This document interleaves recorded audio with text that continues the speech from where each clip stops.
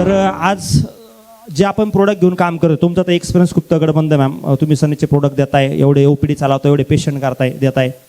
तर तुमचं मत काय की सनेजचे जे आज आपण प्रोडक्ट देतोय, आपण न्यूट्रिशन आणि आयुर्वेद दोन्हीचं कॉम्बिनेशन देतोय आणि तुम्ही बऱ्याचशा पेशंटला ट्रीट पण केलंय, क्युअर पण केलंय.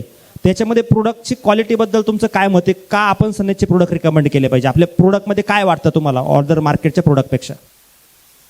मी जसं नेहमी म्हणत असते, आयुर्वेदाचा जो उद्देश आहे ते आहे स्वस्थस्य स्वास्थ्य रक्षणम, आतुरस्य विकार प्रशमनम. म्हणजे जे ऑलरेडी हेल्दी आहेत त्यांचं हेल्थ मेंटेन करणं, म्हणजे इम्युन सिस्टम बूस्ट करणं. आणि दुसरं उद्देश जे आहे ते आतुरस्य विकार प्रशमन, म्हणजे ज्या आजारग्रस्त आहेत त्यांना निरोगी करणं. आणि हे दोन्ही जे आयुर्वेदाचे उद्देश आहेत ते आपल्या सनेजचे प्रोडक्ट्स दोन्हीवरती वर्क करत आहे. जसं फूड सप्लिमेंट्स आहेत, हे आपले इम्युन सिस्टमला बिल्ड करते, इम्युन सिस्टम इम्प्रूव्ह करते, आपलं हेल्थ मेंटेन ठेवण्यासाठी आपल्याला हेल्प करतं. आणि जे आपले इथिकलचे सेशन्स आहेत, मेडिसिन्स आहेत, ते इथिकलचे सगळे जे मेडिसिन्स आहेत ते औषधी आहेत, म्हणजे जे आजारग्रस्त आहेत त्यांना निरोगी करण्यासाठी. म्हणजे आयुर्वेदाचे दोन्ही उद्देश सनेजनी पूर्ण केलेले आहेत. आणि इफेक्टिव्ह तर नो डाऊट सगळे मेडिसिन्स खूप इफेक्टिव्ह आहेत. म्हणजे ज्या ज्या पेशंटला तुम्ही ट्रीट केलं त्या पेशंटचे रिव्ह्यू काय वाटतात तुम्हाला? म्हणजे रिझल्ट रेशो काय म्हणतात? आम्ही नॉर्मली आमच्याकडे आम्ही लॉ ऑफ ॲव्हरेज बोलत असतो. प्रत्येक गोष्टीत 10मध्ये 7 लोक, 10मध्ये 6 लोकांना रिझल्ट येईल, 7 लोकांना येईल, 8 लोकांना येईल. याच्या रिझल्टमध्ये तुम्हाला काय वाटतं? मॅक्सिमम लोक आपल्या प्रोडक्टच्या रिव्ह्यू रिझल्टमध्ये सॅटिस्फाय आहेत? हो, हे इथे मी एक बोलेन सर, रिझल्ट तेव्हा आपल्याला मिळतो, मेडिसिन डेफिनेटली वर्क करते, पण लाईफस्टाईल खूप मॅटर करतं. जर ते लाईफस्टाईल पण जे आपण नेहमी ॲडवाईज करतो त्या हिशोबाने लाईफस्टाईल मेंटेन केलं, डाएट प्लॅनसुद्धा आपण जे सांगतो त्या हिशोबाने जर डाएट प्लॅन प्रॉपर त्यांनी घेतलं तर डेफिनेटली रिझल्ट आपल्याला 80 to 90% रिझल्ट येतोच. आणि काही ठराविक आजार असतातच त्यांना आपण मेंटेन ठेवू शकतो, अगदीच 100% रिकवर नाही. जसं न्यूरोलॉजिकल आजार आहे त्यांना आपण 100% रिकवर नाही करू शकत, पण ॲटलिस्ट मेंटेन ठेवू शकतो त्या व्यक्तीला, तेवढं करू शकतो. पण दुसरं सांगितलं, लाईफस्टाईल आणि डाएट प्लॅन हे खूप मॅटर करतात. ओके, म्हणजे प्रोडक्ट बरोबर जर आम्ही लोकांना जर सजेस्ट केलं लाईफस्टाईल रिलेटेड काही गोष्टी, जसं ते कुठल्या वेळेला काय खातात, काय करतात, त्यांना जर आपण पथ्य, आपण ज्याला म्हणतो आयुर्वेदामध्ये पथ्य अपथ्य काय असतात ते समजवले आणि त्याच्याबरोबर एक्सरसाइज जर ॲड केली तर डेफिनेटली आपल्या प्रोडक्टचा रिझल्ट हा चांगला येऊ शकतो अजून पण. म्हणजे ऑलरेडी प्रोडक्टचा वर्क करतातच, त्याच्याबरोबर जर ह्या गोष्टी ॲड ऑन केल्या तर रिझल्ट अजून चांगले मिळू शकतात. म्हणजे आम्ही ही काळजी घेतली पाहिजे की कस्टमरशी आम्ही लोकांना अजून सजेस्ट केलं पाहिजे की याच्याबरोबर हे पण ॲड ऑन करा. Yes, great great. तर गोविंद सर, तुमचा आपल्या प्रोडक्टबद्दलचा रिव्ह्यू काय? आमचं कारणच असं झालं, मी पहिल्यांदा 3 दिवस कॅम्पसाठी मी पहिले म्हणजे माझं बोलणं झालं होतं मॅडमबरोबर, माझी पर्सनल OPD होती. तर त्यातून झालं असं की मी प्रॉडक्टची ज्यावेळेस मला लिस्ट आली की याच्याबद्दलचे जे इन्ग्रेडियंट आहेत हे असे प्रॉडक्ट आहेत आणि तुम्हाला कॅम्पमध्ये याच्याबद्दल काही द्यावे लागतील त्यानुसार. तर मी जवळपास 8 ते 10 दिवस मी त्या प्रॉडक्टची लिस्टवरती मी काम करत होतो. कारण की जर एखाद्या ठिकाणी जर मी जाणार आहे तर तिथं पूर्णपणे जबाबदारी माझी की मी ते प्रॉडक्ट काय देतो. त्याच्याकरता मी 10 दिवस त्याचा अभ्यास केला पूर्णपणे. आता मी माझी प्रॅक्टिस कशी ती सांगून त्याच्यानुसार सनेज कसं कनेक्ट झालं ते सांगतो. प्रत्येक पेशंटनुसार औषधं बदलतात, प्रकृतीनुसार बदलतात, वातावरणानुसार बदलतात, आजारानुसार बदलतात. तर मग काय असतं की जवळपास एक 70-80 असे ड्रग्स येतं, म्हणजे प्लांटपासून तयार झालेले, त्याच्यातले काही भस्म असतात, काही गोष्टी असतात, तर त्याचं कॉम्बिनेशन तयार केलं जातं. म्हणजे एखाद्याची जर पित्त प्रकृती असेल त्याला उष्णता वाढू नये म्हणून त्याच्याकरता उष्णता कमी करणारं औषध त्यात ॲड करावं लागतं. किंवा काहींचं वाताची प्रकृती असेल तर वात वाढू नये म्हणून त्यासाठी तिथं एक सपोर्ट त्याला द्यावा लागतो. तर ज्यावेळेस मी माझे कॉम्बिनेशन यूज करतो एखाद्या पेशंट करता, तर त्या स्वरूपाचे कॉम्बिनेशनला जवळपास मिळणारे आपले प्रॉडक्टची इन्ग्रेडियंट येतात की ज्याला आम्ही सान्निपातीज किंवा 3 दोषांचा आधार असणारे औषध म्हणतो त्याला, की ते 3ही दोषाला वाढू पण देत नाहीत आणि प्रमाणापेक्षा कमी होऊन देत नाहीत. तर हा सगळ्यात महत्त्वाचा मुद्दा होता माझ्यासाठी मी सनेजला कनेक्ट होण्याचा. ग्रेट. तर मॅडम, आत्तापर्यंत आपला जो एक्सपिरियन्स आहे, तर बरेचसे लोक सगळीकडे ट्रीटमेंट घेतात, रिझल्ट येत नाही. आणि मला वाटतं सगळीकडनं ट्रीटमेंट करून झाल्यानंतर ते आपल्याकडे येतात आणि आल्यानंतर सुद्धा आपल्याला रिझल्ट मिळतात, ते पेशंट रिपीटेड होतं. तर याच्यामध्ये तुमचा एक्सपिरियन्स कसा आहे आणि आपलेच प्रोडक्टनी एवढा रिझल्ट येतो तर आपलेच प्रोडक्ट का वापरले पाहिजे याच्यावर तुमचं काय मत आहे? जसं तुम्ही म्हटलात की आपल्याकडे शेवटी नेहमी मी म्हणत असते ॲक्च्युली आयुर्वेद हे फर्स्ट ऑप्शन असलं पाहिजे, पण दुर्दैवानं ते शेवटचं ऑप्शन असतं. आणि नेहमीच आता मॅक्सिमम तुम्हाला मी सांगते 80% लोक जे ओपीडीत येतात ना ते हेच म्हणतात, आमचा हा शेवटचा पर्याय आहे. तुम्ही बरं केलं तर ठीक, आणि एवढे वैतागलेले असतात ना ते खूप संतापूनच बोलतात, तुम्ही बरं केलं तर ठीक, नाहीतर आमचा हा शेवटचा पर्याय आहे. म्हणजे ते कधी खूप वैतागलेले असतात. तर मग हे जसं मी म्हटलं ना की माझा एक्सपिरियन्स हेच आहे की लाईफस्टाईल, आता मी त्यांना एकच सांगते की तुम्ही मी जे काही सांगते ना ते सकाळी उठल्यापासून रात्री झोपेपर्यंत त्या गोष्टी जर तुम्ही फॉलो केलेत, मेडिसिन्सचं नो डाऊट सर म्हणजे मी म्हणेन की उत्तम अमृतच आहेत. औषधं तेव्हाच अमृत ठरतील जर आपण ते योग्य वापरलं तर. आता अमृत सुद्धा आपण जर चुकीच्या पद्धतीनं घेतलं तर तेही आपल्या शरीराला लागू होत नाहीत. तर मग ते आपण जर प्रॉपर कॉम्बिनेशनमध्ये, ते आता ऑलरेडी आपण त्याच्यावर वर्कआउट केलेलंच आहे, प्रॉपर कॉम्बिनेशनमध्ये आणि प्रॉपर डोसेसमध्ये घेतले, त्याच्यासोबत त्याला डाएट, एक्सरसाइज आणि स्लीप पॅटर्न ह्या सगळ्यांचा जर जोड आला ना तर डेफिनेटली रिझल्ट आपल्याला मिळतो. आणि जसं लोकांचं हे मत असतं ना की आयुर्वेद स्लो ऍक्ट करतं, तसं नाहीये. ऍक्च्युली हे ऑलरेडी वैतागलेले असतात, पण पहिल्या महिन्यात सुद्धा आपल्याला त्यांचा रिझल्ट येतो. त्यामुळेच ते सेकंड ह्याला फॉलोअपला येतात. पहिल्या महिन्यात जर रिझल्ट मिळाला नाही तर ते येणारच नाही, आणि रिझल्ट मिळतोच जर त्यांनी फॉलो केल्या सगळ्या गोष्टी तर डेफिनेटली. आता आमचं येतानाच डिस्कशन झालं, एक उदाहरण सांगते. सर मला म्हटलं की एक पेशंट आला होता त्यांच्या ओपीडीला ज्याला 1.5 वर्षापासून उलट्या होत होत्या, आणि ॲलोपॅथीची ट्रीटमेंट घेऊन सुद्धा तो रिकवर झाला नाही. आणि काल सरांच्या ओपीडीला आला, आज सरांना त्यांचा कॉल आला होता. त्या पेशंटला 1.5 दिवसात उलट्याचं प्रमाण आधीपेक्षा कमी झालंय. 1.5 दिवसात. ज्याला 1.5 वर्षापासून उलट्या होत्या त्या 1.5 दिवसात, म्हणजे असं नाहीये स्लो ऍक्टिंग आहेत, योग्य पद्धतीने. आता सरांनी काय केलं, त्याच्यासोबत डाएट प्लॅन दिलं त्यांना, आणि डाएट त्यांनी ते प्रॉपरली फॉलो पण केलं, आणि आपली औषधं एवढे इफेक्टिव्ह ठरले की 1.5 दिवसात त्याला त्याचा रिझल्ट सॅटिस्फॅक्टरी आलाय. आणि हे जर 1.5 दिवसात आलं तर त्याला तो किती लवकर रिकवर. त्यांनी 1.5 वर्ष काही अन्न खाल्लं नव्हतं, आज त्यांनी दाल खिचडी खाल्ली. Right sir? त्यांनी जेवण केलं की उलटी वाटी बाहेर पडत होतं. मग त्यांना ते मेडिकल याच्यात हॉस्पिटलमध्ये घेऊन जायचं, आयव्ही लावायची, तेवढ्या पुरतं मल्टीव्हिटॅमिन, न्यूट्रिशन द्यायचे. त्यांनी 2-4 दिवस त्याच्यावरती आराम करायचा. अशा स्वरूपाची त्यांची कंडिशन होती. म्हणजे मला तर ऑलमोस्ट असं वाटतंय की आपल्याकडे जे लोक येतात ना पेशंट, तर सगळं करून त्यातले 50% असतात ते सगळं करून थकलेले असतात. म्हणजे म्हणतात ना थकेल भागेल, बरोबर ना? तर सगळं करून थकलो, आता एकदा चला तुम्ही म्हणतात एकदा जाऊया, बरोबर. आणि तसे पण लोक आपल्याकडं, त्यांना पण रिझल्ट आपण एकदम चांगले येतोय. म्हणजे तुमच्या लोकांचं सगळ्यांचं मत किती आहे की जे ज्यांना ज्यांना तुम्ही ओपीडीला कनेक्ट केलं त्या लोकांचे रिझल्ट कसे आहेत तुम्हाला सगळ्यांना? आहे छान. मग ते कुठली ओपीडी असू द्या, आपल्या पुण्याचे असू द्या, नगरच्या असू द्या, किंवा साताऱ्याचे असू दे, वाटेवरची तिथे आपल्या ओपीडीज आहेत, किंवा आता कात्रजला पण आपण चालू केली, पण सगळ्या ठिकाणी आपल्याला सुंदर रिझल्ट. ऑनलाईन कन्सल्टेशनचे पण खूप जणांनी रिझल्ट घेतलेत, मला प्रत्येक वेळेला सांगतात. ग्रेट. ऑनलाईन कन्सल्टेशनवर सगळे काम करतात आणि रिझल्ट तिथं पण चांगले मिळतात. Okay, great. म्हणजे ऑलरेडी आता आपण याच्यावरती काम करतो. आता मला अजून एक प्रश्न होता की आयुर्वेदामध्ये आता आपण जे प्रोडक्ट बनवतो, इन्ग्रेडियंट जे प्रोडक्ट बनवतो त्याच टाईपचे प्रोडक्ट मार्केटला पण असतात.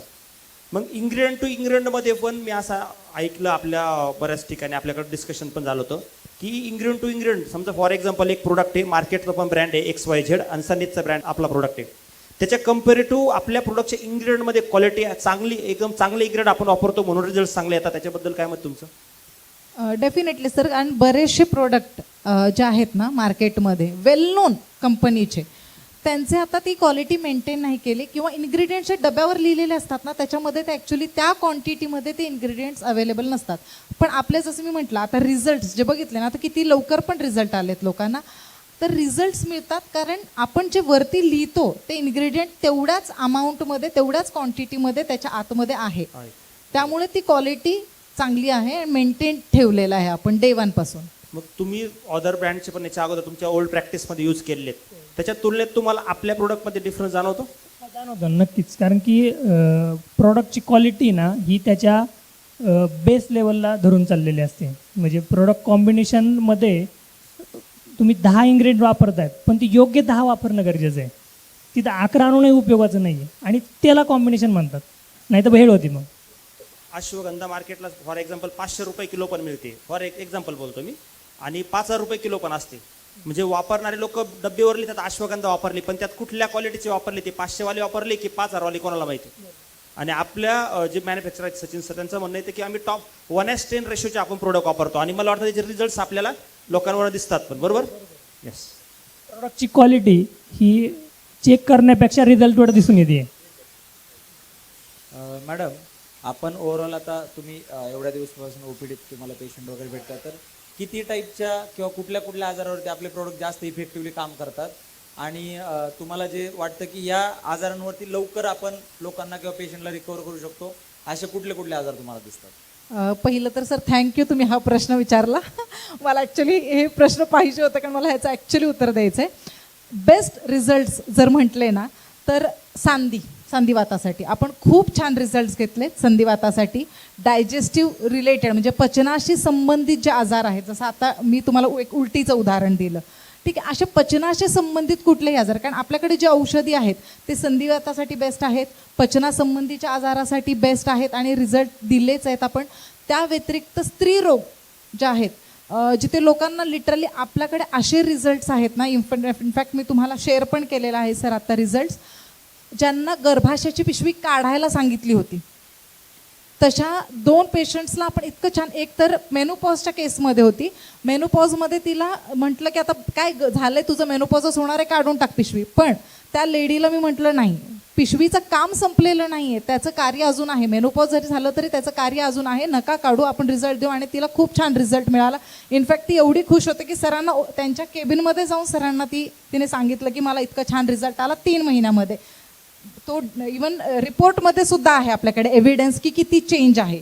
दुसरा एक गर्भाशयासंबंधीच आजार होता, पेशंटला 2nd प्रेग्नन्सी प्लॅन करायचं होतं, पण त्यांनाही तेच सांगितलं होतं की तुमच्या गर्भाशयामध्ये गाठ आहे, गर्भाशयाची स्थिती चांगली नाही, गर्भाशयाची पिशवी काढा.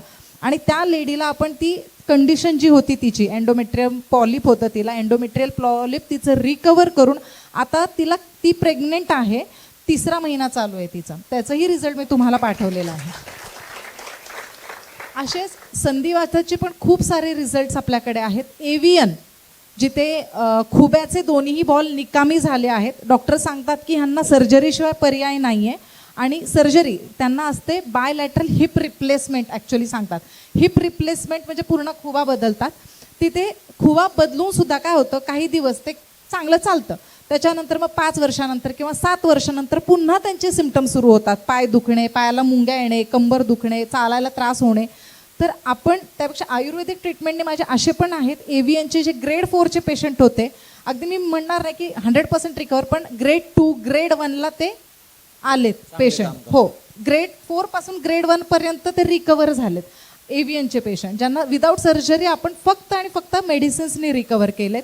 त्याच्या व्यतिरिक्त लिव्हर ट्रान्सप्लांट ज्यांना सांगितले होते, त्यांचे सुद्धा आपण लिव्हर ट्रान्सप्लांट अवॉइड केले, मेडिसिन्सनीच ट्रीट करून, diet plan, exercise, sleep pattern हे सगळं देऊन मेडिसिन्सनी रिकवर केले. ती व्यक्ती आज रेग्युलर रूटीन, आपला जो रेग्युलरली जॉब करतोय तो माणूस 8 ते 10 तासाचा, इतका तो फिट झाला आहे, ज्यांनी सगळं सोडून बसला होता तो, आणि तो आता ट्रान्सप्लांट तर त्याची टळलीच, पण त्याच्या तो रुटीनला सुद्धा लागलाय. असे खूप सारे रिझल्ट्स आहेत, त्यामुळं बेस्ट रिझल्ट. म्हणजे हे जाणवतंय का मॅडम जे सांगतायत, ऑलरेडी जे मॅडमने आता सांगितले सगळे क्रिटिकल आजार आहेत, मग याच्या खाली असणारे तर प्रत्येक आजारावरती आपले प्रोडक्ट काम करू शकतात. आता कसं आहे, मी एक सांगेन इथे, फक्त मी जे आता मेन्शन केलेत ना असे 10-12 मी भरपूर सांगेन, पण ओव्हर कमिटमेंट्स देऊ नका. जसं कॅन्सर सारखी गोष्ट असतील किंवा डायबेटीज, इन्सुलिन डिपेंडेंट वगैरे असतील, कारण मी म्हटलं ना डाएट प्लॅन खूप मॅटर करतं. डाएट सोबत तुम्ही आपण एक्सप्लेन करू शकतो. मला वाटतं मी परवाच एक डायबेटीजवरती झूम सेशन घेतला होता, किती जणांनी अटेंड केला? हां, तर ॲक्च्युली तो सेशन मी खूप डिटेलमध्ये ते सेशन घेतलं होतं. आपण पुन्हा एकदा घेऊया ते सेशन. मी एक्सप्लेन त्याच्यामध्ये कसं पाहिजे डायबेटीसचं, म्हणजे तुम्ही फील्डवर गेल्यानंतर तुम्ही कसं एक्सप्लेन केलं पाहिजे की ते रिकव्हरी फेजवर येईल आणि कॉम्प्लिकेशन्स होणार नाही, आणि कुठल्या पेशंटला काय ॲडवाईस करायचं, इन्सुलिन डिपेंडेंटला काय ॲडवाईस करायचं, नॉन इन्सुलिन डिपेंडेंटला काय ॲडवाईस करायचं, ते मी क्लिअरली सांगितलं आहे. त्यामुळं स्पेसिफिक आजारांवरती काम करा, जिथे आपल्याला 100% आपल्याला माहिती आहे की कॉन्फिडेंटली ह्याच्यावर रिझल्ट येणार आहेत. पण जिथे रिझल्ट आपल्याला माहिती आहे की बाबा काय माहिती येणार की नाही, डाऊट असेल नका करू, ओव्हर कमिटमेंट नका देऊ. जिथे आम्ही सांगतो, आता मी म्हणते तुम्हाला संधिवात बरा होईल, पचनाशी संबंधित 100 आजार आहेत. तुम्ही 10,000 विचारतात, पचनाशी संबंधित 100 आजार आहेत. ठीक आहे, म्हणजे ॲक्च्युली जो आजार आहेत ना, कुठलेही आजार, असं कुठलेही आजार घ्या, 90% आजार पोटातून होतात, 90% आजार, म्हणजे आपण 90% आजार बरं करू शकतो. बाकीचे जे आज बाकीचे आजार आहेत, वय झाल्यामुळे सांध्यांचा त्रास झालं किंवा केस गळती, प्रोटीन डेफिशियन्सी, हे तर मामूली आजार झाले, आलं लक्षात. बाकी ॲक्सिडेंटल जे आता पडल्यामुळे झाले असतील, फ्रॅक्चर असेल, त्याला तर डेफिनेटली आपण नाही ट्रीट करू शकतो, पण 100% रिकव्हरी नाही. आणि न्यूरोलॉजिकल तुमचं म्हणणं आहे की जसं आपल्याला सगळ्याला माहिती की पचनापासून सगळे किंवा आपल्या डायजेस्टिव्ह सिस्टम पासून सगळ्या आजाराची सुरुवात होते आणि त्याला सगळ्याला आपण ट्रीट करू शकतो. एक्झॅक्टली. ग्रेट. गोविंद सर, तुम्ही ऑलरेडी जेव्हापासून सनेजमध्ये आलात आणि आपला जो सनेजचा USP आहे, आपण पंचकर्मा सेंटर्स, आयुर्वेदिक हॉस्पिटल, OPD या सगळ्याच्या माध्यमातून जे आपण लोकांना सर्व्हिस द्यायचं काम करतोय आणि तुम्ही पंचकर्मा सेंटरची जोड देऊन लोकांना ट्रीट करताय, तर ही दोन एकमेकांबरोबर कशा संलग्न आहेत तर किती महत्वाच्या गोष्टी आहेत? म्हणजे मी नेहमी सांगत असतो की पंचकर्म काय आहे किंवा कशा पद्धतीने काम करतं. जसं आपण रोज घर झाडतोत ना, घर स्वच्छ ठेवण्याकरता, तसं आपले मेडिसिन काम करतात. रोज थोडं थोडं थोडं थोडं स्वच्छ करतात. आणि दिवाळी दसरा आला का आपण पूर्ण घर सगळं स्वच्छ करून घेतो. तर तसं आहे पंचकर्म, म्हणजे तुमचं पूर्ण जे शरीर आहे, काना कोपऱ्यात जे भाग पण तुम्ही यूज करत नाहीत, अशालाही क्लीन करायचं काम पंचकर्म करतं. त्याच्यामुळे ही जोड आहे ना, ही आजाराच्या शेवटपर्यंत, म्हणजे आजाराला मुळापासून नष्ट करण्यापर्यंत घेऊन जाणार आहे. वाव, टाळ्या झाल्या पाहिजे. यशस्वी फॉर्म्युला यूज केला आहे, शॉर्ट सिम्पल. तर मला वाटतं क्वेश्चन तर चालूच येतं. तर रिली मॅडम, तुम्ही मला त्या दिवशी ट्रीटमेंट दिली ना, मी तो रिझल्ट माझा कालच सांगितला. ज्या 7-8 महिन्यापासून विचार करत होतो, म्हणतात का तुझं आहे, तुझं पैसे परत तू जागा, आणि हाच कॉन्फिडन्स आपल्या लीडरला द्यायचा आहे, म्हणून तुम्हाला इथं इन्व्हाइट केलं. ओके. त्यानंतर माझा नेक्स्ट प्रश्न आहे की बऱ्याच लोकांना चरबीच्या गाठी येतात, इथं गाठ, इथं गाठ, इथं गाठ, इथं गाठ. तर त्याच्यावर सोल्युशन आहे का आपल्याकडे? त्याच्यावर रिझल्ट आलेत का आपल्याकडे? आलेच सर. तर तेच ना, तेही पचनासंबंधित आजार आहे, हेही मी सांगेन. हो, डायजेशन बिघडलं. फॅट का वाढतो सर? चरबीची गाठ म्हणजे काय? फॅटच आहे ना. मग चरबी वाढते शरीरामध्ये, म्हणजे आपला आहार कुठेतरी चुकलाय, लाईफस्टाईल चुकली म्हणून चरबीच्या गाठी होत आहेत. तर लाईफस्टाईल इम्प्रूव्ह केलं, हा एवढंच आहे की त्याला थोडंसं स्लो हे असतात, रिझल्ट मिळतात, पण येतात. एखाद्या कानाच्या पाठीमागं जर गाठ आहे तर त्याचं काय येते आणि त्याचं सोल्युशन आहे का आपल्याकडे? आपल्याकडे ऍक्च्युली काही मेडिसिन्स आहेत सर, अजून काही थोडंसं आणलं पाहिजे. ओके. म्हणजे काही आपले आणि काही बाहेरचे रिकमेंड करून देऊ शकतो ना? हो, आयुर्वेदाने ट्रीट होईल.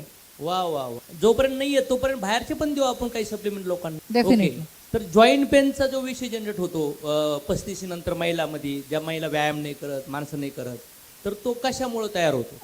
एक इथे सांगेल मी सर, जे 35 नंतर तुम्ही म्हणता ते तर डेफिनेटली कॅल्शियम डेफिशियन्सी, तिथेही लाईफस्टाईलची जोड येतेच. आता 35 नंतर म्हणतोय सर, तुम्ही आताही बघा, जर तुमच्या घरी कोणी वृद्ध महिला किंवा पुरुष असतील जे 70-80च्या दरातले असतील, तर ते जास्त स्ट्रॉंग आहेत सर आपल्यापेक्षा. आपल्यापेक्षा स्ट्रॉंग आहेत, कारण त्यांचं आहार, त्यांचं स्लीप पॅटर्न, कारण ते लोक ब्राह्मी मुहूर्तात उठतात, सूर्यास्ताच्या अगोदर जेवतात आणि सूर्यास्त झाल्या झाल्या ते झोपायला जातात. त्यामुळे त्यांची जी हेल्दी लाईफस्टाईल, आणि त्यांनी फक्त सर गावरान खाल्लंय, आपल्यासारखं हायब्रिड नाही खाल्लेलं. आणि आपण फर्टिलायझर युक्त आहार खातो, म्हणजे सगळं फर्टिलायझर मारलेलं, त्याच्यामुळे सुद्धा आपल्यावर तो परिणाम होतोय.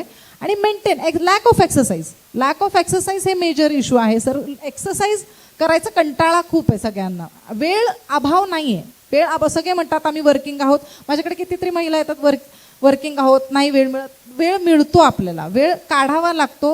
ॲटलिस्ट 15 मिनटं जरी आपण एक्सरसाइज केलं ना, त्याचा खूप इफेक्ट होतो.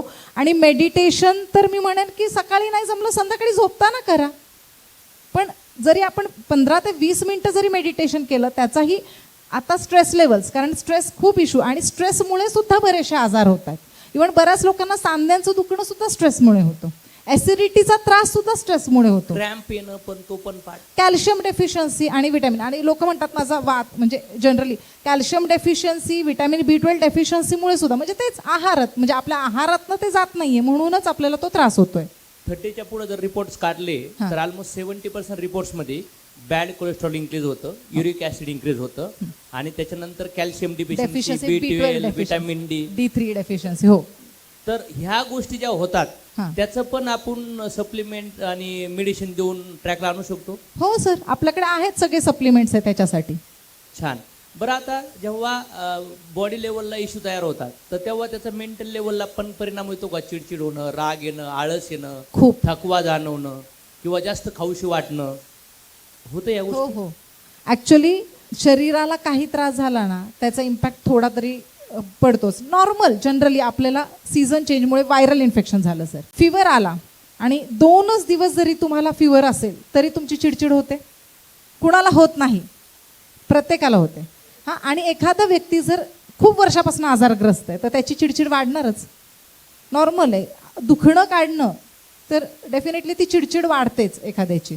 महिलांच्या हेल्थवर आपण काम करतोय. आता आपले जे सप्लिमेंट आणि मेडिसिन रिकमेंड केलेत, तर याच्या संदर्भात तुमचा काय टॉक असेल? आता महिला जे आहेत, तर मला वाटतं 60-70% महिन्यामध्ये फार डिसबॅलन्स आहे, तर त्यांना आपण जे सप्लिमेंट देऊ राहिलो त्याची गरज वाटते का तुम्हाला आणि का? मी एक सांगेन, महिलाच असं नाही सर, महिला तर डेफिनेटली इश्यूज होतातच. मुली, महिला hormone, specially hormonal imbalance. Hormonal imbalance काय होतं, प्रत्येकालाच खूप होतं आहे. हल्ली पुरुषांमध्ये पण होतो ॲक्च्युली. पण काय होतं ना, महिलांमध्ये पिरियड्स इरेग्युलर झाल्यामुळे महिलांमध्ये ॲक्च्युली लक्षात येतात, हे लक्षात घ्या. किंवा कमी फ्लो असेल तर लक्षात येतात. पण पुरुषांमध्ये पण ते हार्मोनल इम्बॅलन्स होतात, पण ते त्यांच्या लक्षात येत नाहीत. उलट त्यांच्या खूप उशिराने लक्षात येतो. आणि हार्मोन्स हे बघा, जे काही असेल इश्यूज, पुरुषात होणं याचे सिम्पटम्स काय असतात? चिडचिड होणे, हेअरफॉल, मूड स्विंग्स, राग येणे, उदास वाटणे, उगाच रडायला येणं, किंवा एका वेळ म्हणजे सकाळी खूप खुश होतं किंवा काही क्षणापूर्वीच खूप उत्साही वाटत होतं आणि सडनली उत्साही वाटत नाहीये आणि उदास वाटतंय, हेही होतं. उगाच रडायलाही येणं, हे सिम्पटम्स असतात हार्मोनल चेंजेसमुळे. आणि हार्मोनल चेंजेस झाले की डेफिनेटली त्याचा फिजिकली आपल्या बॉडीवर इम्पॅक्ट होतोच. मग आपण जे चाइल्ड हेल्थवरती काम करतोय, ह्युमन हेल्थमध्ये काम करतोय, weight loss, diabetes, acidity, migraine, किंवा हेल्दी राहण्यासाठी थायरॉइड आसन, किंवा आणखीन पाईल्स आसन, किंवा आर्थायटिस आसन, हे वेगळे वेगळे डिसीजवर काम करतोय. तर आपण जे लोकांना रिझल्ट देतोय, तर तुम्ही या सगळ्या कॅटेगोरी रिझल्ट पाहिले तर? कारण की सगळ्यात जास्त मला वाटतंय आपल्या कस्टमरनी, डिस्ट्रीब्युटरनी, लीडरपेक्षा, इव्हन सरापेक्षा सगळ्यात जास्त लीडर मला वाटतं आपल्या डॉक्टर लोकांना माहिती आहे. हो सर, आहेत ह्याच्या सगळ्यावरती रिझल्ट. तुम्ही जेवढी नावं घेतले त्याच्यावरती तरी आहे डेफिनेटली. वाव, टाळ्या आल्या पाहिजे. यामध्ये आपण ह्या सगळ्या आम्ही या थीमला थोडंसं कनेक्ट करतोय आता. आम्ही दोन्ही गोष्टीवर काम करणार आहे, जसं की आम्ही प्रिव्हेन्शनवर पण करणार आणि क्युअरवर करणार आहे. त्याच्याबद्दल तुम्हाला काय सांगावं असं वाटतं आम्हाला, की जे आम्हाला प्रिव्हेन्शन पण आता ह्या डिसीजवर जात असताना आम्ही कसं पुढे गेलं पाहिजे? प्रिव्हेन्शन तर डेफिनेटली आपलं जे फूड सप्लिमेंट्स आहेत, ज्यांना गरज असेल त्यांना अकाई सोना, डायजेशनचे इश्यूज असतील, जसं मी म्हटलं 90% लोकांना डेफिनेटली, जे तुम्हाला कंप्लेंट करतही नाही आहेत ना, तुम्ही जनरल टॉक करा त्यांच्याशी, तेव्हा तुमच्या लक्षात येईल त्यांना ॲक्च्युली डायजेशनचा इश्यू आहे. तर डिटॉक्सिएज आहे आपलं प्रिव्हेन्शन म्हणून, म्हणजे हेल्दी गटसाठी तुम्ही त्यांना देऊ शकता. त्याच्या व्यतिरिक्त जर न्यूट्रिशनल डेफिशियन्सी असेल तर स्पिरुलिना आहे, ज्याच्यामध्ये प्रोटीन, आयर्न, विटॅमिन B12 भरपूर आहे, तर ते ॲज अ सप्लिमेंट देऊ शकता. मोरिंगा आहे, जे की रिच इन कॅल्शियम पण आहे आणि ओव्हरऑल डायजेशनसाठी सुद्धा बेस्ट आहे. गॅनोडर्मा आहे, गॅनोडर्मा मोस्ट प्रोबेबली तर मी म्हणते की अँटी इन्फ्लामेटरी आणि सूज, जिथे कुठे शरीरामध्ये सूज असेल, कुठल्याही प्रकारचं सूज असेल, त्याचे रिझल्ट्स खूप छान आलेत. ठीक आहे, आता सरांनी जसं चरबीच्या गाठीबद्दल विचारलं, त्याच्यासाठी सुद्धा गॅनोडर्माने खूप छान काम केलेलं आहे. तर जनरली सुद्धा हेल्थ मेंटेन करण्यासाठी किंवा आपल्या शरीरात जर एक सर्टन एज नंतर, जसं सर म्हटलं की 40-35 नंतर कोलेस्ट्रॉलचा लेवल वाढतोय, ट्रायग्लिसराइड्स वाढतंय, तर गॅनोडर्मा, गार्लिक हे घ्या पण असं नाही की अगदीच वर्षभर घ्यायचं आहे. वर्षातून 3 महिने 2 महिने जरी त्यांनी घेतलं तरी ते मेंटेन ठेवू शकतात. किंवा प्रत्येकाने ॲटलिस्ट वर्षातून एकदा जनरली, कारण प्रत्येकालाच असं होत नाही की आपण डॉक्टरकडे गेलो आणि नाडी तपासली प्रत्येक वेळी. आता तुम्ही म्हणता आम्ही फील्डवर असतो, आम्हाला ह्या गोष्टी शक्य होत नाही, की आम्हाला भेटायचं तर आहे डॉक्टरांना, पण आम्हाला जाऊन आपली नाडी दाखवायचं शक्य नाही आहे. तर ॲटलिस्ट तुम्ही एव्हरी इयरली फुल बॉडी चेकअप जे आहे ते करा. म्हणजे तुम्हाला ज्या गोष्टी बॉर्डरलाईन आहेत, कोलेस्ट्रॉल असेल किंवा शुगर असेल, HbA1c तुमचं 5.7 नॉर्मल आहे, 5.8 जरी आहे तरी तिथूनच काळजी घ्यायला सुरुवात करा, म्हणजे तुम्ही डायबेटीजमध्ये कन्वर्ट नाही होणार. ठीक आहे, कोलेस्ट्रॉल बॉर्डर लाईन आहे, आत्ताच ट्रीट केलं तुम्ही त्याला आणि त्याच्यासाठी आपल्याकडे औषधं आहेत, तर मग हार्ट अटॅकचे चान्सेस तुमचे नसणं नील, कारण तुम्ही त्याला त्या ग्राउंड लेवलला ट्रीट करताय. तुम्ही बॉर्डर लाईनला ट्रीट केलं तर तुम्हाला तो प्रॉब्लेम हां डेफिनेटली ते प्रॉब्लेम नाही होणार किंवा आजार होणार नाही. हे प्रिव्हेंटरी मेजर्स झाले. आणि क्युरेटिव्ह मेजरसाठी डेफिनेटली जे आपले इथिकलचे आहेत, आपल्याकडे ऑर्थोचं किट आहे, पाईल्सचं किट आहे, तसेच आपल्या लिव्हरसाठी आपण देऊ शकतो. बरेचशा आजारांवरती आपण क्युअर करू म्हणजे शकतो. आपण डेली हेल्थ केअर जे पॅकेज हा, बनवलं तोच सर, पार्ट प्रिव्हेन्शन मध्ये. आता आपण तर आजार झाल्यावर हॉस्पिटल्स सिम्पटमला ट्रीट करते, ते कॉजला नाही ट्रीट करू राहिलो. आयुर्वेदा काय करते, आपण कॉजलाच ट्रीट करू राहिलो, तर तो प्लस पॉईंट आहे. पण आता आजार झाल्यावरच लोक डॉक्टर्सकडे येतात, रिपोर्ट्स काढतात. तर आजारीच न पडण्यासाठी आपल्याकडं कुठलं सप्लिमेंट आणि कॉम्बिनेशन घेतलं पाहिजे असं तुम्हाला रिकमेंडेशन वाटतं का? तर आम्ही जनरल रिकमेंड करताना लोकांना आकाय सोना आसन, प्रोटीन आसन किंवा चाइल्ड हेल्थसाठी जे पीडिया आसन, सत्व. किंवा याच्यामध्ये ओमेगा 369, गार्लिक आणि मल्टीविटॅमिन, आणि यासोबत आम्ही प्रोटीन रिकमेंड करतो आकाय सोना. तर हे असं वाटतं का तुम्हाला की यांनी हेल्थ प्रोटेक्ट होऊ शकते नॉर्मल माणसाची? हे पण सर कसं आहे, त्या त्या व्यक्तीच्या प्रकृतीवर डिपेंड करते, त्या त्या व्यक्तीची नीड्स ॲक्च्युली त्यावेळेला काय. आता समजा बऱ्याच वेळेला काय होतं की बाहेरून पण ते त्याला गरज नसताना सुद्धा विटॅमिन B12चे इंजेक्शन घेतलेले असतात, ते गरजेपेक्षा जास्त विटॅमिन B12 झालेलं असतं बॉडीमध्ये. त्यांचे रिपोर्ट्स बघितलं मोर दॅन 1200 असे रिपोर्ट्स आलेले असतात. तर अगदीच प्रत्येकालाच प्रत्येक सप्लिमेंट आहे, पण क्युरेटिव्ह म्हणून ते त्यांच्या शरीरात जी कमतरता त्यांना वाटते किंवा त्यांच्या शरीराला जे गरजेचं आहे ते सप्लिमेंट्स त्यांनी घेतले तर ते खूप चांगलं राहील प्रिव्हेंटिव्ह म्हणून. पण तुम्हाला असं वाटतं का आज 70 आउट ऑफ 100 जर 100 मधले 70 लोकात प्रोटीनची डिफिशियन्सी आहे, हो, किंवा आता त्यांना ओमेगा, काही लोक व्हेज आहेत, काही लोक नॉन व्हेज आहेत, तर त्यांना जे ऑइल्स भेटायला पाहिजेत जे नॉन व्हेजमधून भेटतं, तर त्यांना सप्लिमेंटची गरज आहे. आज नॉन व्हेज सोर्स पण जर बघितलं तर ज्या गोष्टीसाठी भेटला जातो तो पण प्युअर नाही आहे. लोक चिकन खातात, एग्स खातात, त्याच्यात पण इंजेक्शन्स हार्मोनल इंजेक्शन इंजेक्ट केले इंजेक्ट जातात. केलेत. हो. तर मग आपले जे ओमेगा 369 त्याच्यातलं जे ऑइल असेल, किंवा मल्टीविटॅमिन मधले ABCD भरपूर घटक आहेत, किंवा गार्लिक आपण म्हणतो ते फॅट बर्निंग करतं, तर हे कॉम्बिनेशन्स मला असं वाटतं की आतलं फॅट बर्निंगसाठी, डिफेन्सेस आपलं इम्युनिटी स्ट्रॉंग करण्यासाठी याचं कॉम्बिनेशन गरज आहे लोकांना असं वाटतं मला. हो, पण गरजेचं. माणूस व्यक्ती पाहून. हां, व्यक्ती पाहून प्रकृतीच्या अनुसार आणि जेवढे ॲडवाइस्ड आहे ना, म्हणजे 3 महिने 4 महिने एक तेवढंच घेतलं पाहिजे त्यांनी. जसं आता मगाशी डॉक्टर गोविंद बोलले की आपलं शरीर आपल्याला क्लीन करत राहिलं पाहिजे पंचकर्माने. पण आता प्रत्येक कानाकोपऱ्यात पंचकर्म घेणं शक्य नाही, किंवा कुणी खेड्यापाड्यात राहत असतील त्यांना पंचकर्म घेणं शक्य नाही आहे, तर डेफिनेटली ॲटलिस्ट आकाई सोना घेऊन ते बॉडीला डिटॉक्सिफाय करू शकतात. बऱ्याच जणांना काय होतं, आकाई सोना सूट होत नाही, हेही लक्षात घ्या.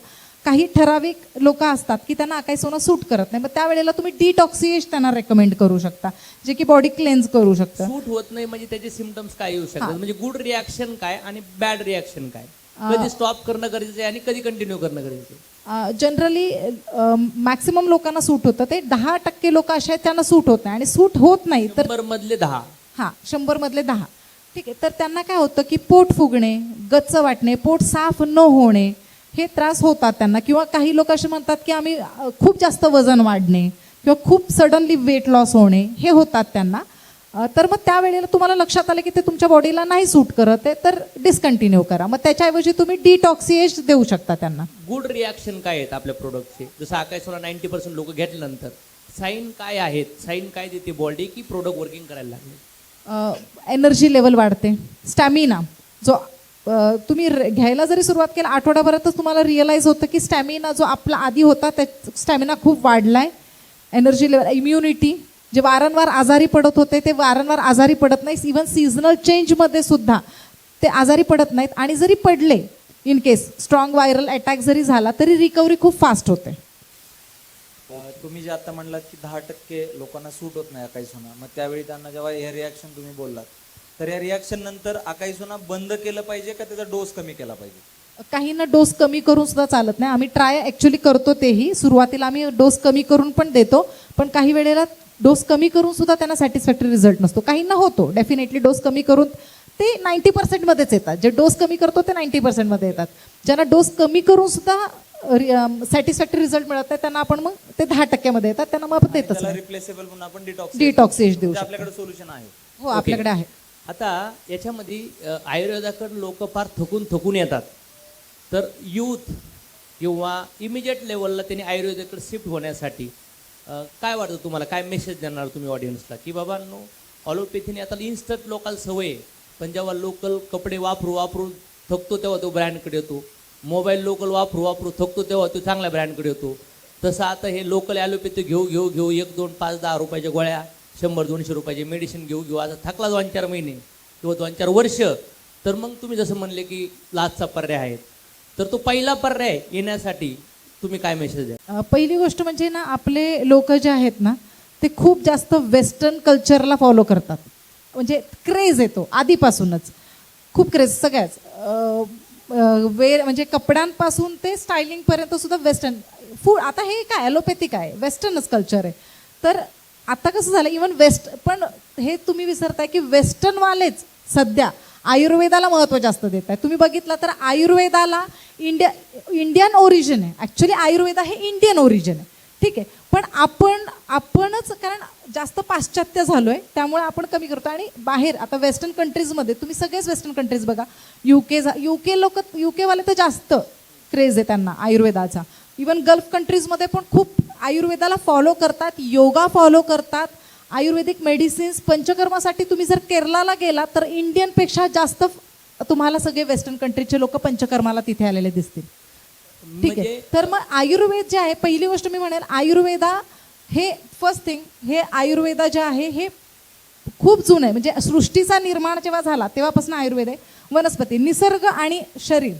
आपलं शरीर काय नैसर्गिक. आपण कुठल्या फॅक्टरीत बनलोय, मग आपल्याला फॅक्टरीमधली औषधं का घ्यायची? एकच वाक्य बोल मी, आपण फॅक्टरीमध्ये नाही बनलेलो, मग फॅक्टरीतली बनलेले केमिकल्स का? आपलं शरीर नैसर्गिक आहे, तर नैसर्गिक औषधं घ्या, तर आपल्याला लागू लवकर होतो आणि चांगला लागू होतो, साईड इफेक्ट होत नाही. मी रिसेंटली एका आश्रममध्ये गेलो होतो, तर तिथं मला ऐकायला भेटलं की महाराष्ट्र असो किंवा भारतातले वेगवेगळे राज्य असो किंवा वर्ल्ड वाईड असो, ज्या पण स्पिरिच्युअल संस्था आहेत, तिथं नाडी परीक्षण रिकमेंड केलं जातं. त्याच्यावरून वात, कफ आणि पित्ताचं तुम्हाला कळतं. आणि वात कफचा परिणाम तुमचा चक्रावर होत असतो, आणि चक्र आपले अँटी क्लॉकवाईज फिरत राहत आहेत कंटिन्यू. तर त्यांना जाणीवपूर्वक क्लॉकवाईज करण्यासाठी तुम्हाला आयुर्वेदाला फॉलो करावं लागेल. याच्याबद्दल तुमचं काय मत आहे? नाडी परीक्षणने आपण हे समजून घेतो की आता शरीरात दोषास आपले बॅलन्सड आहेत किंवा कुठला दोष वरखाली झाले, ठीक आहे, त्यानुसार आपण ट्रीटमेंट देतो. आता ते वरखाली का झालेत? लाईफस्टाईल.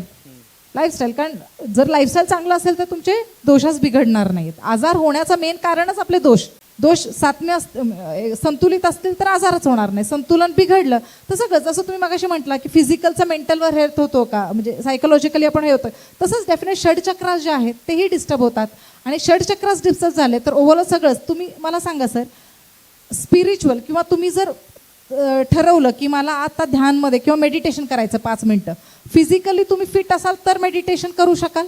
यस. किती लोक ॲग्री यासाठी? कारण की फिजिकली इथं दुखतंय आणि ज्यांचे फिजिकली फिट नाही ना, ते एका पोश्चरमध्ये 4-5 मिनिटं बसू शकत नाही. ते चळवळ करतं, नाही त्याचे हातपाय आली तर असं करतं, त्याचं सगळं वात पित्त बिघडलेलं. येस. तसं आता हे तर स्मॉल एक्झाम्पल झालं सर. आता हे इतकं जर परिणाम त्या गोष्टीचा होतो, 5 मिनिटं जर आपण मेडिटेट करू शकत नाहीये, म्हणजे मेंटली आपण एवढं डिस्टर्ब होतो, तर चक्रांवर डेफिनेटली त्याचा परिणाम होणार आहे. आणि ते बिघडलं तर सगळंच बिघडलं. तुमची फिजिकल हेल्थ बिघडली तर तुमचे फायनान्शियल हेल्थ बिघडन, रिलेशन्स बिघडतील, इमोशनल हेल्थ बिघडन, तुम्ही चांगले हजबंड, चांगली वाईफ, चांगले सन, चांगले बदर किंवा तुमचे गोल्स पण अचीव होणार नाही. आयुर्वेद का निवडावा ना सर, याच्याबद्दल आता एक ॲलोपॅथीवाल्यांनी एक उदाहरण देऊन ठेवलं आहे. PCODचं नाव चेंज झालं आहे, तुम्हाला माहिती आहे कुणाला? PCM केलं आहे त्यांनी. यम म्हणजे काय सर? मेटाबॉलिक आहे.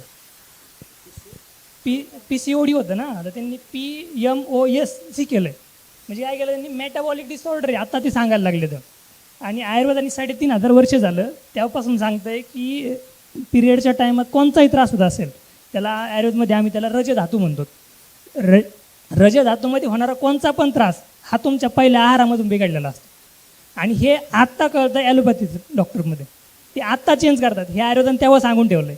म्हणजे याच्यामुळे मला वाटतं वेगळी काय गोष्ट सांगायची गरज नाही. तुम्हाला असं वाटतंय का इथून पुढे लोकांना आयुर्वेदच वाचू शकतं? हो, डेफिनेटली. त्यांनीच दाखवून दिलंय की त्यांना आत्ता कळतंय. आपल्याला वेगळी सांगायची गरज नाहीये. कंटिन्युएशनमध्ये सांगेन की आता आपल्याकडे जे नारीप्रिया आहे त्याचे जर तुम्ही घटक बघितले, त्याच्यामध्ये ऑलरेडी आपण मेटाबॉलिझमसाठी सुद्धा घटक आहेत. म्हणजे कुरकुमा दिलेला आहे त्याच्यामध्ये सुंठी आहे. म्हणजे ऑलरेडी आपण मेटाबॉलिकली विचार करून त्याच्यामध्ये ते इन्ग्रेडियंट्स इन्व्हॉल्व केलेले आहेत. म्हणजे जे डॉक्टर बोलले की 3500 वर्षापूर्वी आयुर्वेदाने जे विचार केले आणि त्या फॉर्म्युलेशनच्याच हिशोबाने आपले जे आयुर्वेदिक आपले जे प्रोडक्ट्स आहेत सनेचे, त्याच हिशोबाने ते बनवलेले गेले. तुम्ही अशा केसेस बघितल्यात का की ज्यांनी 5-5, 8-8, 10-10 वर्ष किंवा त्याच्यापेक्षा जास्त पिरियड आणि त्याच्यानंतर 2, 4, 5 लाख रुपये, तर असे पिरियड आणि किती रुपये खर्च केलेले पेशंट आपल्याकडे आले असं तुम्हाला वाटतं? मी तुमच्या ऑब्झर्वेशननुसार, कारण की तुम्ही बरेच रिपोर्ट बघितले. असे तर मी ऑलमोस्ट म्हणेन की खर्च करून वैतागूनच आलेले पेशंट आहेत सर मॅक्सिमम आपल्याकडे. रेअरली असेल जो ज्याचं फर्स्ट चॉईस, मला 2 ते 3% लोकांचा फर्स्ट चॉईस आयुर्वेदा असतो. सगळं करून थकूनच ते आयुर्वेदाकडे येतात. इनफॅक्ट फर्टिलिटीचे पण केसेस IVF फेल झाल्यानंतर आयुर्वेदाकडे येतात. तर आता माझा असा प्रश्न असेल की तुम्ही तर टेलिकॉलिंगमध्ये पण रिझल्ट देऊ राहिलात, OPD व्हिजिटमध्ये पण देऊ राहिलात, ऑफिसला पण लोक येतात. तर आता आम्हाला फार इंडिया लेवलला काम करायचे, 25 राज्यामध्ये आपण काम करणार आहेत. तर आम्ही तुमच्यासारखे नाही, पण ॲटलिस्ट तुमच्यापेक्षा 10% आम्ही इमिजिएट लेवलला असा कुठलं नॉलेज घेणं गरजेचं आहे आणि असे कुठलं समोरच्याला बोलून आम्ही जनरल लोकांना एक वेलनेस कन्सल्टंट म्हणून ट्रीटमेंट करू शकतो तुमच्याशिवाय. तर त्यासाठी तुमचं काय आम्हाला सजेशन आहे? मला वाटतं की सगळ्यात पहिला आजार हा समजून घेणं गरजेचं आहे. म्हणजे मी एक उदाहरण देतो, त्यातून लगेच क्लिक होईल. समजा आपल्या घरातल्या नळाला खराब पाणी येत नाही, तर त्याचं कारण शोधत जावं लागतं. म्हणजे पाईप कुठं ब्लॉक झाला आहे का, किंवा टाकीत खराब पाणी येतं आहे का, किंवा टाकीत गाळ जमा झाला आहे का, किंवा टाकीत ज्या ठिकाणून पाणी येतं आहे, ज्या विहिरीतून येतं आहे, ज्या म्युन्सिपल पार्टीत येतं आहे तिथून खराब येतं आहे. तर हे ज्या टायमाला आपण का शोधत जातोत ना, त्या टायमाला आपल्याला कळतं की आपण कुठं काम करायचं आहे. म्हणजे आपण नळ बदलत बसलो तर त्यातलं पाणी स्वच्छ होणार नाही, आपल्याला टाकीतली घाण काढावं लागणार ते. तर ह्या रूट कॉजकडे जाणं आपल्याला महत्त्वाचं आहे. म्हणजे ज्या टायमाला तुम्ही आजाराचे लक्षणं बघतात, विचारतात, त्याच्यामध्ये मला वाटतं महत्त्वाच्या गोष्टी, त्याचा पचनशक्ती कशी आहे, त्याचं पोट साफ कितपत होतं आहे का होत नाही आहे, किंवा त्याला फ्रेशनेस जाणवतो की नाही, ह्या 3 गोष्टी जरी तुम्ही महत्त्वाच्या त्याच्याकडून विचारून घेतल्या आणि त्याच्यानुसार आपल्याकडले प्रॉडक्ट जे काही आता आकाईसोना आहे, डायजेस्ट आहे, लिक्विड आहे, ॲलोथ्रिफाड आहे, ह्या गोष्टी जरी त्याच्यामध्ये आपण यूज करायला लागलो तर त्याचा बेस लेवलला, म्हणजे ज्या ठिकाणावरून शरीरात खराबी जमा व्हायला लागली आग्नीच्या ठिकाणी, ती जरी करेक्शन व्हायला लागली तरी आजाराचं लक्षणं कमी व्हायला लगेच सुरू होतात. किती शॉर्ट सिंपल वाय टेक्निक समजवली, किती लोकांना आवडली. तर आता आम्ही तुमच्यापर्यंत कोणते पेशंट आणावे आणि कोणते पेशंटला आम्ही पण सप्लिमेंट आणि मेडिसिन देऊ शकतो असं वाटतं तुम्हाला? खूप जुने जे आजार असतील ना, जेव्हा बघा प्रायमरी लेवलला तुम्ही ट्रीट करू शकता, पण हे लक्षात घ्या, जेव्हा पहिल्या महिन्यात तुम्हाला वाटतं की बाबा आपल्याकडनं रिझल्ट आलाय, डेफिनेटली 2nd महिन्याचे औषधं द्या. मॅक्सिमम लोक इवन ऑनलाईन पण आम्हाला कन्सल्ट करतात, पण ज्यांना अगदीच ऑनलाईन पण कन्सल्ट करता येते, आता ट्रेनिंग तर आपण आता ऑलमोस्ट 3 वर्ष झालं, फिजिकल ट्रेनिंग पण आहे, झूम सेशन पण आहेत, मला वाटतं बऱ्याच गोष्टी तुमच्या लक्षात आलेत. तर बेसिक पहिला महिना जेव्हा तुम्हाला लक्षात येतं की नाही बाबा इथे आपल्याला सॅटिस्फॅक्टरी रिझल्ट नाही मिळाला, तर डेफिनेटली 2nd महिन्यामध्ये, कारण आता आपल्या डॉक्टरची टीम खूप मोठी आहे, 2nd महिन्यामध्ये तुम्ही लगेच डॉक्टरकडे घेऊन जा. म्हणजे रूट कॉज, जसं डॉक्टर म्हटलं की रूट कॉज आपल्याला शोधून त्या हिशोबाने ट्रीट करता येतं. पहिल्या महिन्यामध्ये जसं बेसिक गोष्टी तुमच्या लक्षात आल्यात की आपण इथं ट्रीट करून हा माणसाला बरं वाटतं, त्या बिंदास 2nd महिन्यामध्ये, नो डाऊट. अनुभव महत्त्वाचा आहे सर त्याच्यामध्ये. म्हणजे मी असं सांगेल की आकाईसोनाबद्दल माझ्यापेक्षा इतर बाकीच्यांना जास्त माहिती असू शकते. जर समजा तुम्ही आकाईसोना एखाद्या पेशंटमध्ये दिली आहे, त्याच्यामध्ये तुम्ही रिझल्ट घेतला आहे, तर तुमच्या ते लक्षात असायला पाहिजे की या पेशंटमध्ये ही कंडिशन होती, मी आकाईसोना या प्रमाणात दिली, त्याचा मला फरक पडला, म्हणजे मी या पद्धतीने दुसरा पेशंट ट्रीट करू शकतो. ओके, म्हणजे आजारावर लगेच तो नळ बदलण्यापेक्षा त्याची लाईफस्टाईल समजून घ्यावा लागेल. कधी उठतात, काय खातात, काय नाही आवडत, किंवा झोप होती का, पोट साफ होतंय का, मग इथपर्यंत गेल्यावर मग आपल्याला कळतं की काम कुठं करायचं. म्हणजे सिम्टम्सवर काम करण्यापेक्षा तो जर म्हणतो इथं दुखतंय तर तुम्ही इथलं ऑइल लावून उपयोग नाहीये. एक्झॅक्टली. म्हणजे गुडघा दुखतोय तर exactly ते खाण्यापिण्याची लाईफस्टाईल. हे तर झालं आता. तर आता आपण जे थीम घेऊन चाललोय, पंचकर्मा एक आपण प्रमोट करतोय. तर पंचकर्माबद्दल आता आपण 3 सिटीत आपल्या ऑलरेडी आहेच, 3-4 सिटीत, आणि आता आपण पुण्यातून स्टार्ट करतोय. तर तुम्ही ऑलरेडी पंचकर्मा थ्रू पण वर्किंग करताय, तर काय तुमचे रिव्ह्यू आहेत आणि कसे लोकांना रिझल्ट आले पंचकर्मा? पंचकर्म इज बेस्ट, म्हणजे आयुर्वेदातला तो टॉपचा लीडर आहे पंचकर्म. म्हणजे मग त्याच्यानुसार आपण नक्कीच कोणत्याही लेवलला जाऊन काम करू शकतो. म्हणजे सर्दी तापपासून तर कॅन्सर लेवलपर्यंत. मी कॅन्सर क्युअर करतोय असं म्हणत नाही, मी कॅन्सर लेवलपर्यंत म्हणतोय. तर आपण तिथं म्हणजे पंचकर्म यूज करू शकतो. पंचकर्म मेनली गोष्ट काय आहे ना, की ज्या भागात ज्या ठिकाणी शरीरात अडथळा निर्माण झाला आहे तुमच्या डेली रुटीनमधल्या, शरीरातली डेली रुटीन म्हणतोय, म्हणजे ब्लडचा फ्लो असेल, सर्क्युलेशन असेल, किंवा इन्सुलिनचा फ्लो असेल, हार्मोनचा फ्लो असेल, या ठिकाणी कुठेही जाऊन जर अडथळा निर्माण होत असेल तर तो क्लिअर करण्याकरता पंचकर्म मदत करतो बेसिक लेवलला. तर त्याच्यामुळे आपण तिथे जाऊ शकतो, म्हणजे कोणत्या लेवलला. मी काही रिझल्ट पण आणलेत. आपण पंचकर्म म्हणजे फक्त वमन विरेचन बसती असा भाग नसतो, त्याच्यामुळे उपकर्म पण असतात, म्हणजे छोट्या छोट्या गोष्टी असतात. त्याचे काय आपण व्हिडिओ मी आणलेत, आपण ते पण किती दाखवू. एज पासून तर कुठल्या एज पर्यंत पंचकर्मा करतात? कोणत्या एजपर्यंत त्यात फक्त ठरवावं लागतं आपल्याला की म्हणजे पंचकर्मा म्हणजे इनडायरेक्ट डायजेशनच तुमचं रिस्टार्ट केलं जातं, रिफ्रेशच केलं जातं, ज्याच्यामुळे तिथले मसल जर ऍक्टिव्ह झाले, तिथले सगळं काही ओके झालं, तर तुम्ही खाता ते पचन होईल, सगळ्या शरीराला भेटेल. बरोबर. याचा अर्थ असं येस येस, म्हणजे गाडीची सर्व्हिसिंग जशी करतो ना आपण, 6 महिने झाले, वर्ष झालं, वर्टिकल किलोमीटर झालं का आपण गाडी बरोबर शोरूमला घेऊन जातो, तर ह्या गाडीची सर्व्हिसिंग कुठे येते? वा वा वा, हो. काय झालं पाहिजे सगळ्याकडून? जसं आता आपण बोललो की आपली टीम मोठी आहे आणि जसं डॉक्टर आपल्याकडे आहे, टीम मोठी आहे आपल्या डॉक्टरांची, तरी सुद्धा एवढ्याला लोकांसाठी ती लिमिटेड आहे. काही सिटीजमध्ये आपल्या ओपीडी चालतात आणि आपण ऑनलाईन पण सपोर्ट देतोय. तर जे पेशंट आहेत किंवा जे लोक तुम्हाला कॉन्टॅक्ट करायचा प्रयत्न करतात, त्यांना राईट सर्व्हिस मिळण्यासाठी आम्ही सगळ्यांनी काय काळजी घेतली पाहिजे ऑफलाईनमध्ये आणि ऑनलाईन जेव्हा कन्सल्टेशन आम्ही करतो तेव्हा? ऑनलाईनसाठी तर पॅटर्न आपण एक ठरवलेला आहे, तो ऑलरेडी सगळ्यांना शेअर केलेला आहे. त्या बेसिक प्रॉपर पॅटर्नमध्ये जर आपल्याला मिळाले ना रिपोर्ट्स असतील, त्यांचे एज इवन जेंडर पण खूप मॅटर करतं. फिमेल मेल आम्हाला माहीत नाही, आम्ही ट्रीटमेंट कसं देणार हे पण खूप मॅटर करतं. त्यामुळं सगळ्या जे आम्ही तुम्हाला ऑलरेडी एक पॅटर्न दिला त्या पॅटर्नमध्ये आणि रिसेंट जेवढे होतील तेवढे रिसेंट रिपोर्ट्स पाठवा. खूप 2-3 वर्षापूर्वीचे रिपोर्ट्स पाठवले तर आत्ताची काय कंडिशन पेशंटची ते आम्हाला कळणार नाही. हां, त्यामुळे रिसेंट जेवढे होतील तेवढे रिसेंट रिपोर्ट्स असतील तर डेफिनेटली तुम्हाला ऑनलाईनला रिझल्ट्स मिळतील. कारण ऑनलाईन कन्सल्टेशन जास्त होतं, ऑफलाईनपेक्षा सुद्धा ऑनलाईन कन्सल्टेशन्स खूप जास्त होतात, कारण प्रत्येकालाच डॉक्टरपर्यंत पोहोचणं शक्य होत नाही. चालेल सर. सरांनी मला वाटतं काहीतरी रिझल्ट प्रिपेअर केलेत PPT-मध्ये, तर ते आपण बघूया. 20मध्ये माझं BMS कंप्लीट झालं. तिथून पुढं 24मध्ये मी कम्युनिटी मेडिसिन म्हणून, म्हणजे ज्याच्यात आता तुम्ही सरांनी विचारलं की प्रिव्हेंटिव्ह म्हणजे काय करतात, तर प्रिव्हेंटिव्ह मेडिसिनमध्ये माझं MD कंप्लीट झालं 2024मध्ये. मी काय स्पेशलायझेशन म्हणून मी माझ्या लेवलला त्या गोष्टी ॲडप्ट केल्या होत्या, त्यातून स्टडी करून बुक, बाकीच्या डॉक्टरांचा अनुभव वगैरे, म्हणजे प्रिव्हेंटिव्ह आणि कम्युनिटी. नंतर लाईफस्टाईल डिसऑर्डर असेल, पंचकर्माबद्दलचा आता अनुभव बऱ्याच लोकांनी घेतला आहे त्याच्याबद्दल. माझी स्पेशालिटी, मी लिस्ट थेरपीमध्ये भयंकर काम करतो. मी सध्या सर त्याच्यामध्ये कोर्स पण एक स्वतः चालू आहे माझा. लिस्ट थेरपी, जळू म्हणून असतो आपल्याकडलं, जलोका, लिस्ट, जळू, जोक, असं बरेच त्याचे नाव आहेत वेगवेगळे. त्याचं काम असं आहे की शरीरातील जी खराबी आहे, रक्ताच्या ठिकाणी साचलेली खराबी, तर ती बाहेर काढण्याचा तो काम करतो. जसा हंस हा दूध, हंस कसं दूध आणि पाणी फक्त दूधच पितो, तर तसं त्या जलोकाचं कार्य आहे, ते फक्त खराब रक्त शरीरातलं पिऊन घेतो. त्याचे आहेत व्हिडिओ काही मी पुढे दाखवणार आहे ते. आणि हे काही मी रिसर्च इंटरनॅशनल पब्लिकेशनमध्ये मी 2 रिसर्च पब्लिश केले होते. एक पंचकोश म्हणून एक कन्सेप्ट आहे पंचकोशाचा, माहीत असेल तिथं बऱ्याच लागला. त्याच्यामध्ये मी एक रिसर्च पब्लिश केला होता की आयुर्वेद आणि पंचकोश याचा कसा एकत्रित संबंध आहे.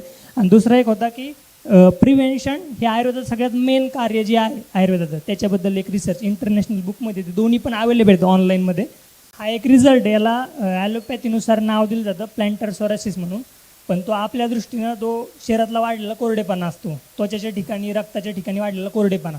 मग तो कोरडेपणा बऱ्याच वेगळा आयुर्वेदानुसार हां, म्हणजे नेहमीच आपण ॲलोपॅथीनुसारच काम करावं असं अजिबात नाही. आपण आपल्यानुसार आपण ते निदान करू शकतो. तर आपल्याकडे तेवढी सिस्टीम आहे की आयुर्वेदानुसार कोणकोणत्या पद्धतीने जावं. म्हणजे डायबिटीज नावाला जरी ॲलोपॅथीने दिलं असलं तरी त्यात आपण आपलं नुसार काय कारण येतं, काय निदान आहे, हे आपण शोधून त्यात काम करू शकतो.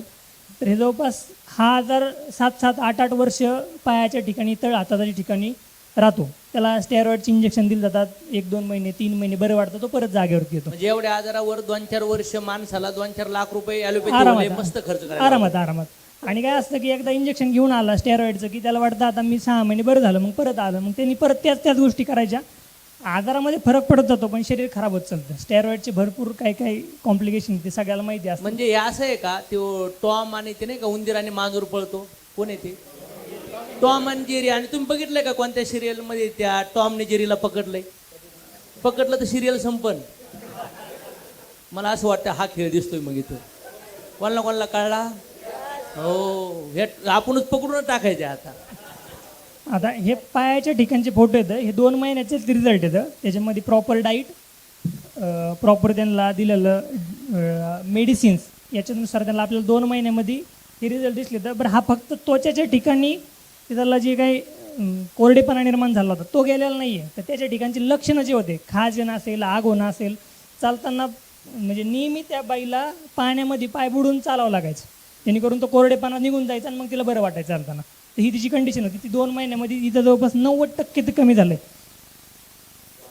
आणि काय काय प्रोडक्ट दिले सर आपण याला? त्याच्यामध्ये ब्लड प्युरिफायर होतं, आखरी सोनं होतं, त्याचबरोबर ती कोलेस्ट्रॉलची टॅब्लेट लहान मुलांमध्ये देतो ना, तर ती मी ज्या ठिकाणी कोरडेपणा त्या ठिकाणी वापरतो मी, तर ती एक याच्यामध्ये दिली होती. आणि याचबरोबर ॲलोथेरी फळा म्हणजे वरून लावण्यासाठी ती? नाही आपले घेण्याकरता. आणि त्याच्याबरोबर जी आपली हिल क्रॅक हिल क्रीम आहे ना, हां, ती एक त्याच्यामध्ये यूज केली होती. हे लिस्ट थेरपी बरोबर? ही लिस्ट थेरपी असते. हा याला चाई लागणं म्हणतात आपल्याकडं. तर हा जवळपास 1.5 ते 2 महिन्यामध्ये आलेला रिझल्ट आहे. ही जी इथं केस दिसत आहेत ना या भागात, इथं हे गेलेले केस आहेत. हे नंतर लिस्ट थेरपी आणि त्याच्यामध्ये एक प्रच्छन कर्म म्हणून एक कर्म असतं, तर ते एक त्याच्यामध्येच केलं होतं. तर ह्या ठिकाणी हे जे व्हाईट कलरचे दिसत आहेत ना छोटे छोटे केस, हे सगळे त्या ठिकाणी पूर्ण पॅच असतो. 1 रुपयापेक्षा मोठ्या जागा होती, तर ती पूर्णपणे गेली इथं. तर ते कॅल्क्रेस्पर म्हणून जो टाचेचं हाड वाढतं ना, हा आजार असतो. त्याच्यामध्ये बरेच injection, pain killer injection, steroid injection घेऊन पण फरक पडत नाही. त्याच्यामध्ये आपण अग्निकर्म म्हणून त्याची एक छोटीशी प्रक्रिया असते. वरचं वय किती होतं सर? हा असं 13 वर्षाचा मुलगा होता, त्याला पण तो त्रास झाला. त्याला आपण एकच वेळेस अग्निकर्म केलं, त्या त्रास पूर्णपणे निघून गेला. आणि हे लहान वयापासून तर मोठ्यापर्यंत म्हणजे ज्या ज्या कंडिशन आपल्याला लक्षात येते त्याच्यानुसार आपण त्या व्हेरिकोझवेनबद्दलही तुम्हाला माहिती असेल. पायाच्या शिरा खूप फुगतात त्याच्यामध्ये, त्याचं आपण रक्तमोक्षण त्यामध्ये करतो, की पायाच्या ठिकाणून रक्त काही काढलं जातं, खराब रक्त, जेणेकरून ते बाहेर पडून गेलं का तिथं आराम भेटायला लागतो. सर तुम्हाला वाटतं का पहिले यांनी फील केलं, यांचं जर रिस्टार्ट केलं तरच होणार आहे हे सगळं? नक्कीच. मी एका व्हिडिओमध्ये मला वाटतं सरांनी सांगितलं होतं की तुम्ही एक्सपिरियन्स विकतायत, एक्सपिरियन्स तुमचा बोलतो. जसा अनुभव तुम्ही घेताल, आकाश सोना ज्यांनी अनुभव घेतला तो आकाश सोना चांगल्या पद्धतीने विकू शकतो, असं मी सरांचा व्हिडिओ बघितला. बरोबर आहे सर, असंच होतं ना? तर मला वाटतं पंचकर्माबद्दल पण तसंच आहे. जर तुम्ही स्वतः अनुभव घेतला तर तुम्ही त्याचं महत्त्व सांगू शकता, नाहीतर नाही. चलो, जोरदार राहायला पाहिजे मॅमसाठी आणि गोविंद सरांसाठी.